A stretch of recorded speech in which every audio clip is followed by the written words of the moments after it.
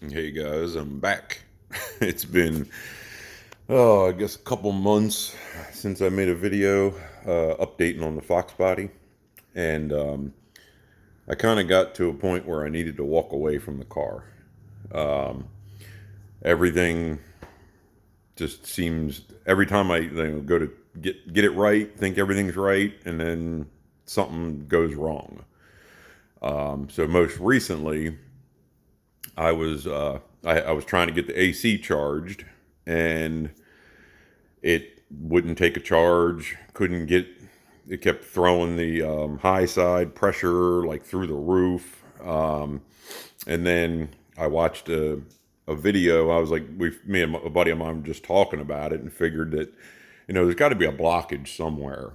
But everything's brand new, so it didn't really make any sense to me. It's new compressor, all new lines, new condenser, new dryer. I blew out the whatever the thing is, the evaporator. Um, so I just didn't really understand why there was a blockage. So watched Chris Boss's video, Infamous Project, and he had a brand new line, the one that runs from the dryer down the side and has the orifice tube in it, and it was blocked. A brand new line. So I ordered another line, swapped it out, and well, actually, just having them on the bench and blowing through them with my mouth, and I could tell that the first one I bought was blocked. Second one, you could blow through it. So threw that on the car, started the car up, was trying to get the AC charged, and the car dies. Won't start back up. So, and I can't, like, every time you turn the key in this car, you hear the fuel pump click. Well, it wasn't doing that. So, but, with a little backstory. So, when I bought the car, it didn't have a factory cluster in it. It had odometer gauges. I don't even recall what the gas gauge read, or what how much gas was in the car. I don't remember any of that, because I ripped all that out immediately and went to install a new cluster with 140 mile an hour speedo, and then ran into the fact that this is an 88. The cluster I bought was from a 92, and you have to rewire. I tried rewiring everything, and it wouldn't work. And I ended up pulling that back out, putting everything back to the way it was, and then buying a cluster for an 88 or an older, whatever, 87, 88 car. So the car, or everything works. I got the oil pressure gauge, all that stuff. Everything works. The gas gauge seemed to work. It was reading 3/4 of a tank. Well, that made sense to me, because it said when I brought this car home, it had this really cool freaking customization where you pushed a button in the center console and the back tail light swung open, and the tail light swung open this way. I did it in an earlier video, and then you put the gas in from here. Well, when I first brought the car home, I took it over to the gas station. Said, I'm going to fill it up with 93. I want to make sure I got a full tank of gas. Couldn't get the gas to go in. Every time you pull the trigger, click, click, click, click. So I messaged the kid that I bought the car from and said, dude, how do you put gas in this freaking car? And, oh, you got to hold it sideways, turn it, blah, blah, blah. I said, all right, forget it. I used to put E85, run E85 in my CTSV. So I filled up a couple of those, or maybe, I don't know, whatever, but dumped it in. The gas gauge read full. So I thought I had a full tank of gas. So as I'm doing the AC on the car, the car shuts off. Well, I'm like, here we go. Now, what's the next thing? Because, distributors went out. like all these little things have just failed as I'm driving the car. I know it's sat for like probably 20 years or something. So I was like, obviously the fuel pump went. So drop the tank, pull the fuel pump out, clean everything, get a new fuel pump and sender or a level sensor from LMR. But as I was dropping the tank, I realized that the tank was empty. There was no gas in it, but the gauge was reading 3/4. So that's an issue. But I decided that I didn't want to deal with the stupid swinging out taillight. Like I thought it would be cool, and I know, like I said, Chris Boss has I think his Stocker Vert has the thing where it flips down here and it comes out the back. But since I have a parts car, I decided I was like, I just want to put everything back to stock. Like I like the stock look. I'll get into that too. But I just want to be able to put gas in my car. I don't care that it has a door on the side where the tail light flips out. Like I'm not into all that crap. So took all the stock parts. I had to cut the welds because they had left the door there. They just welded it shut. So now I've got this mess I've got to deal with. I got, but it's back together again. You can see where this car was yellow at one point. It was gray, then it was black, then it was yellow, then it was black, matte black, then gloss black. So eventually, I'm just gonna strip this, or not strip it, but I'm gonna repaint this car. So this is not a big deal.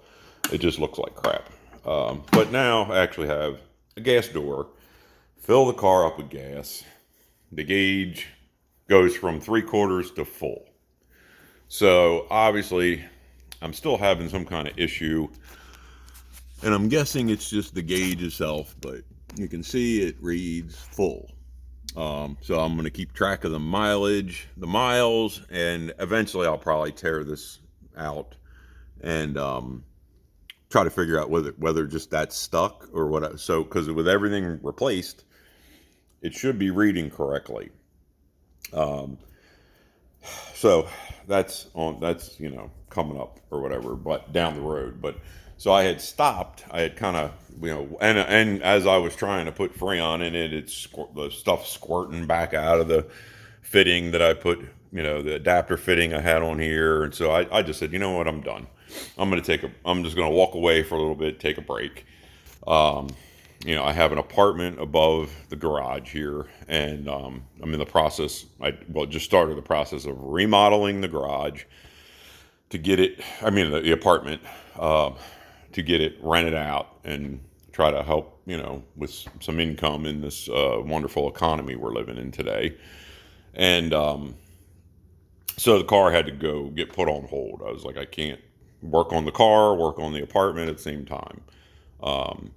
Then my best friend, who he still has his car, but we kind of he got into boats, and I bought a house that, I used to live down the street from him, and we just don't get to hang out as much anymore. I'm not into boats and boating and all that, and I don't really drink anymore, so like going out partying and stuff is just not my thing. So we just don't get to hang out much anymore. So we used to go to the Ocean City car cruise in the spring and in the summer, or in the fall, like every year. So he texted me and asked me if I had my car ready, because he wants to go to the cruise in middle of October. And I said, well, he asked me if I had a running car, and I said yes. I do have a running car, but driving, totally different story. But really, the only issues left with the car were, and this is, I don't know, maybe diehard Ford guys could argue this with me, but I have never had a car or an engine that I've worked on where, like, I had to do the thermostat housing 3 times to get it to stop leaking. And then I put this car, I put a brand new water pump on. I don't understand the whole, like, 2 gaskets and the plate that has two bolts to hold the plate on, and then you bolt the water pump to the timing cover. This makes no sense. But it is what it is. So I had the car running. Every time I would take it out for a cruise and come back, it would drip from the water pump onto the floor. And it was coming out of those two bolts that bolt this little plate onto the back of the water pump. I don't know why. I did exactly what the videos showed, putting a thin coat of our black RTV on the gaskets and then bolting everything up, letting it sit for a few hours before I filled it up with water or whatever. I think I let it sit overnight. And it dripped. So I think I finally got the thermostat housing to stop dripping. So I tore this all apart yesterday or the other day. And this time I used the Permatex high tack gasket sealant instead of gasket maker. That's what I was told on Facebook, so we're going to try it that way. And then I went with the Felpro gaskets over the what came with the water pump, which were just gray paper gaskets, I guess. So hoping that solves that problem, because that's one thing I cannot stand is a coolant leak. It can turn your good day into a bad day real quick. So that's that. But so the last thing, or I said, today I gotta fill it back up with coolant, run it, see how it goes, see how that works out, and then try to charge the AC again. If I can't figure it out, because the problem was I could get Freon to go into it, but it wouldn't kick the compressor on. The only way I could kick the compressor on was if I bypassed the switch. And I checked all the wiring. I replaced all the relays. Like, everything is per the book. It should, because they had it wired all messed up. They had it like basically direct wired. So when you turn to AC, the compressor kicks on and stays on. I wanted it to be the right way. So I've redone all that stuff. Of course, I still got a bunch of wiring to clean up, but it seems like every time I get everything cleaned up, straightened up, looking good, something goes wrong, and I have to take it all back off. So that's, and I haven't decided yet whether I want to go putting like the MSD box back in and all that. I'm like, if it runs and drives good, like I'm good with it. I do need to get an AFR gauge because I have no idea how this car is tuned.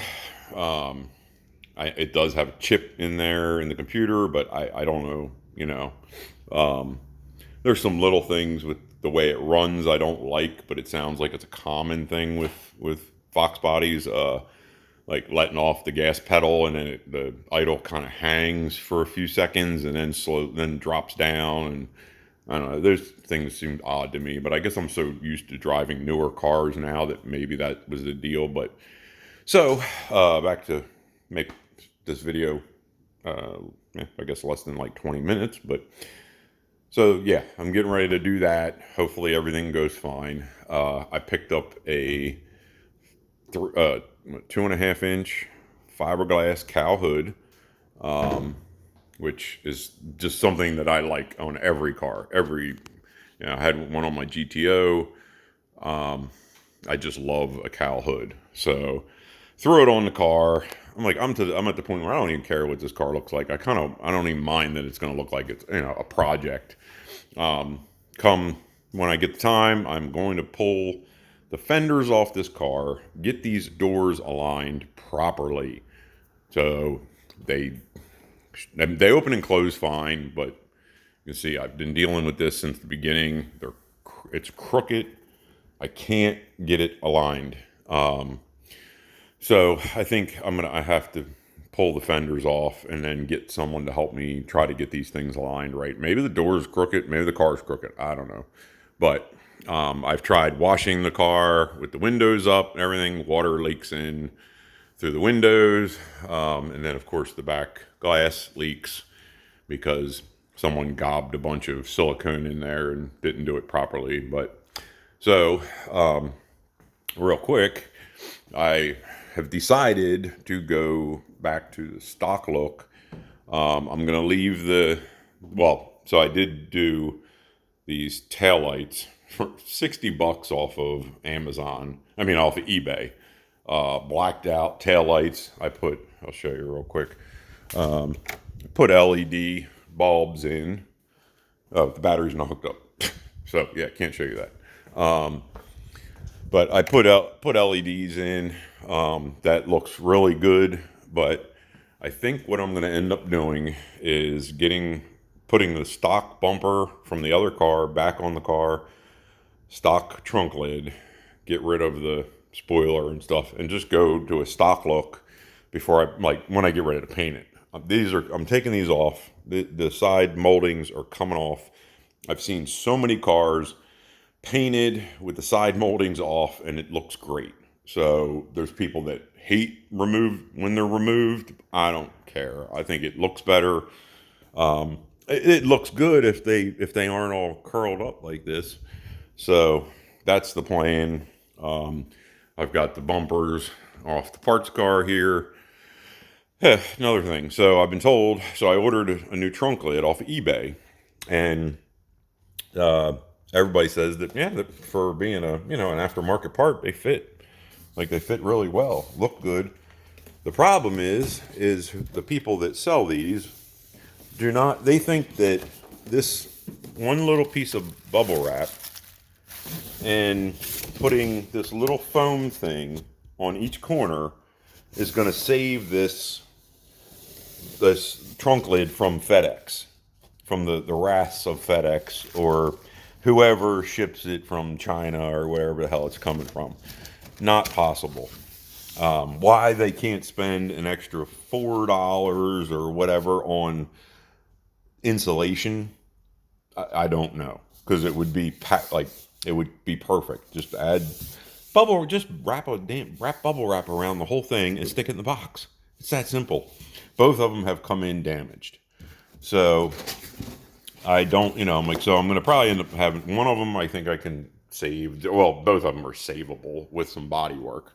But I asked the eBay seller, like, do you want to just keep shipping me ones until they decide to send me one that's not damaged? No, they want me to return one now and give me my money back. So I need to figure out what to do with that.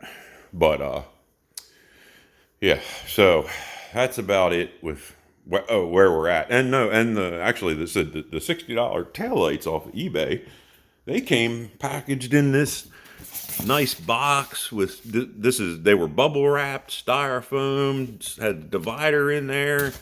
Perfect. Like, they're beautiful for being an aftermarket taillight. They fit perfect. So props to them. But yeah, that's where we're at right now. So I'll try to do an update video on how everything went or didn't go. But yep, that's where I'm at now, and hopefully we'll get this thing on the road. If I can't figure the AC thing out, I'm going to take it to a shop, have them do the AC, and do an alignment on the car just to make sure that everything's right. It seems okay, but why not have them double check it for the $100 for an alignment, and then get the windows tinted, because I can't stand driving a car without tint. My eyes just can't handle it. So I'll get back to you guys. Thanks for watching. Comment, rate, subscribe.